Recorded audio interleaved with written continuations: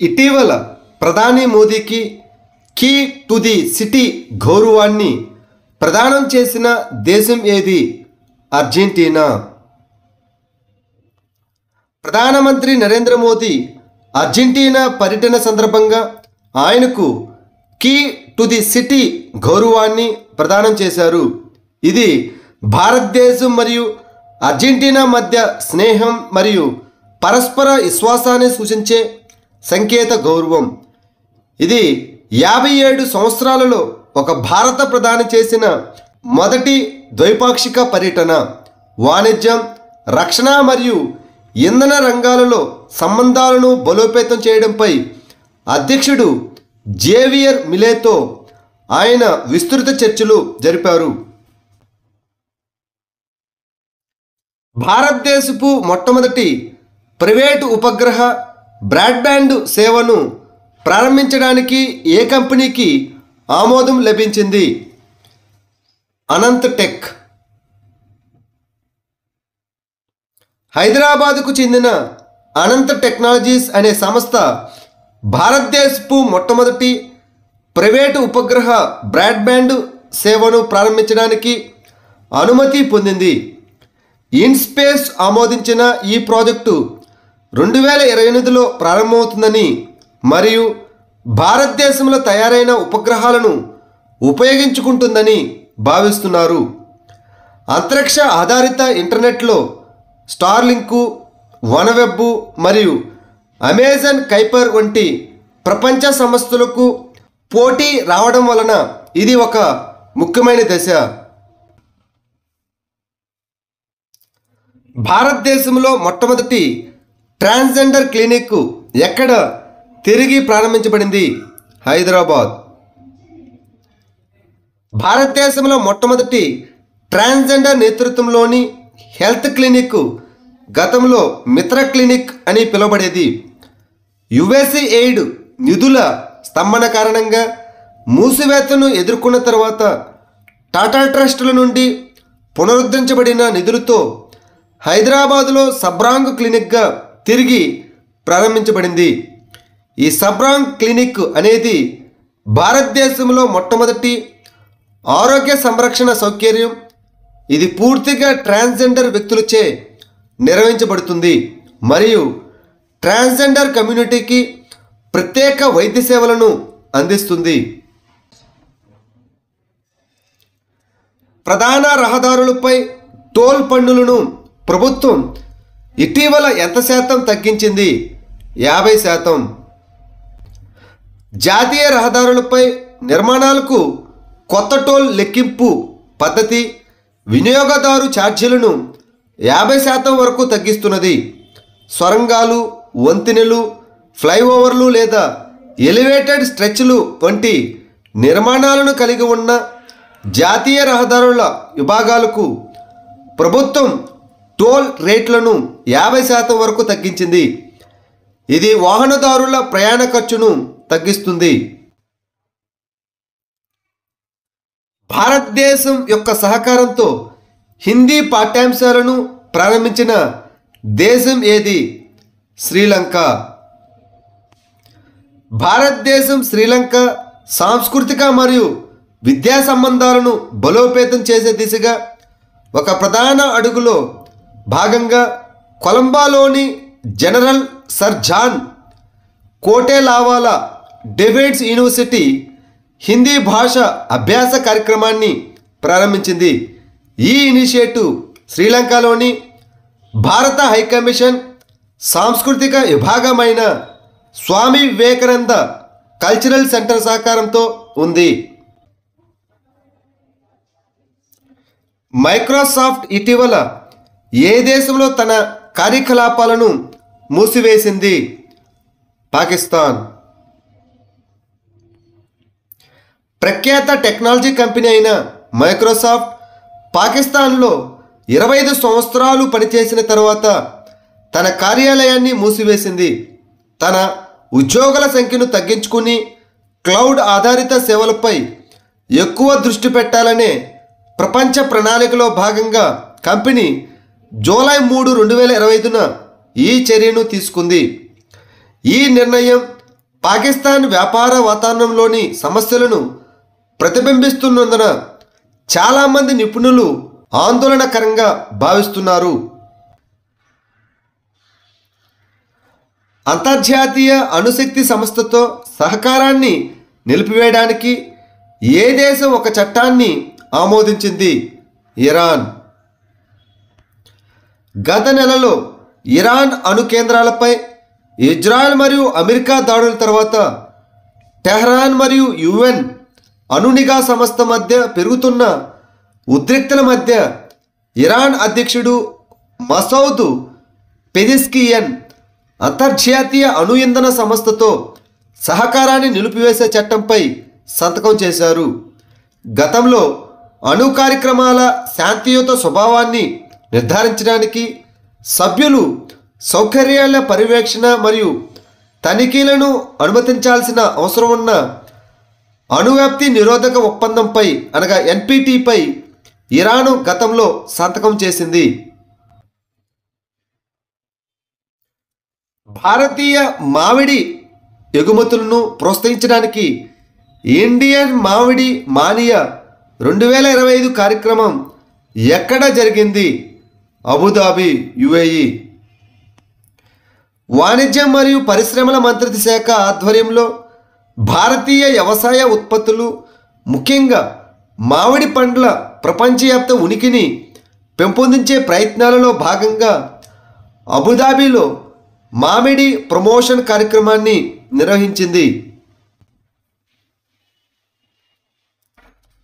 ఇటీవల ఏ దేశ ప్రధానమంత్రికి ప్రధాని మోదీ రామాలయం ప్రతిరూపాన్ని బహుమతిగా ఇచ్చారు? ట్రినిడాడ్ మరియు టొబాగో. ప్రధానమంత్రి Narendra Modi Trinidad and Tobago ప్రధానమంత్రి అయిన కమలా పెర్సాద్ బిసేసార్కు మహాకుంభ నుండి సంగం మరియు సరయూ నది పవిత్ర జలాలను, అదేవిధంగా రామమందిర ప్రతిరూపాన్ని బహుమతిగా ఇచ్చారు. ట్రినిడాడ్ మరియు టొబాగో ప్రధానమంత్రి కమలా పెర్సాద్ బిసేసార్ పూర్వీకులు బీహార్లోని బక్సర్లో నివసించేవారు. ఏ దేశానికి చెందిన 6వ తరం డయాస్పోరాకు ప్రధానమంత్రి Modi overseas citizen of India అనగా ఓసీఐ కార్డులను జారీ చేస్తున్నట్లు ప్రకటించారు? Trinidad and Tobago. ట్రినిడాడ్ మరియు టొబాగోలోని 6వ తరం వరకు ఉన్న భారత సంతతి పౌరులు ఇప్పుడు ఓవర్సీస్ సిటిజన్ ఆఫ్ ఇండియా కార్డులకు అర్హులని ప్రధానమంత్రి నరేంద్ర మోదీ ప్రకటించారు. ఇది భారతదేశంలో అపరిమితంగా జీవించడానికి మరియు పనిచేయడానికి వీలు కల్పిస్తుంది. భారతదేశం యొక్క యూపీఐ వ్యవస్థను స్వీకరించినందుకు ట్రినిడాడ్ మరియు టొబాగోను కూడా ఆయన అభినందించారు. ప్రపంచ బ్యాంకు ఇటీవల ఏ దేశాన్ని అత్యంత సమానమైన దేశాల జాబితాలో చేర్చింది? భారతదేశం. ప్రపంచ బ్యాంకు ఇటీవల భారతదేశాన్ని ప్రపంచవ్యాప్తంగా అత్యంత సమాన దేశాలలో ఒకటిగా గుర్తించింది. ముఖ్యంగా ఆదాయ సమానత్వం పరంగా 4వ స్థానంలో నిలిచింది. ఈ ర్యాంకింగు గినీ ఇండెక్స్ ఆధారంగా రూపొందించబడింది. పేదరికాన్ని తగ్గించడంలో భారతదేశం గణనీయమైన పురోగతి సాధించిందని, తీవ్ర పేదరికం 2011-12లో 16.2% నుండి 2022-23లో 2.3% తగ్గిందని, అదేవిధంగా 171 మిలియన్ల మందిని పేదరికం నుండి బయటకు తీసుకొచ్చిందని ప్రపంచ బ్యాంకు నివేదిక హైలైట్ చేసింది. దీనిలో మొదటి స్థానంలో స్లోవాక్ రిపబ్లిక్, 2వ స్థానంలో స్లోవేనియా, 3వ స్థానంలో బెలారస్ దేశం, ఇక 4వ స్థానంలో భారతదేశాలు ఉన్నాయి.